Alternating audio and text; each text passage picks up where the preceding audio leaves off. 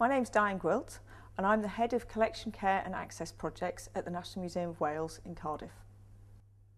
In the middle 1990s, the museum found itself in a position where it was obliged to sell a building as part of the Cardiff Bay Redevelopment Corporation.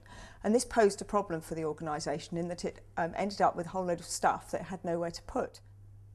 The minute that I first met people from Metal Rack Storage, I was confident that they were actually very interested in trying to understand what our problem was and actually were as interested in solving the challenges as we were. They weren't just going to try and sell us something that they got on their shelf because it would kind of do.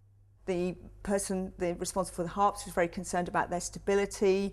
They don't have flat bottoms, they're a kind of very irregular shape. So that was a big issue. Other people who were looking after the furniture were concerned about the weight of the furniture.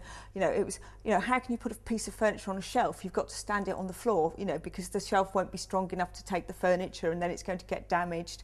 And then we also had people who were concerned at the other end of the scale that they had lots of very small things that they were concerned would sort of just get lost if they were not stored in a way that meant you could easily audit them.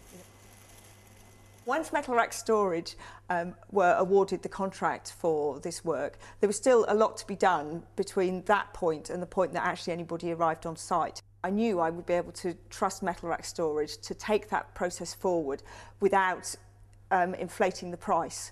It was very firm at the beginning. This is how much money there is. This is the budget for this. And if you can deliver it within the budget, then I'm quite happy for you, Metal Rack Storage, to evolve your design if you think we're going to end up with a better finished product.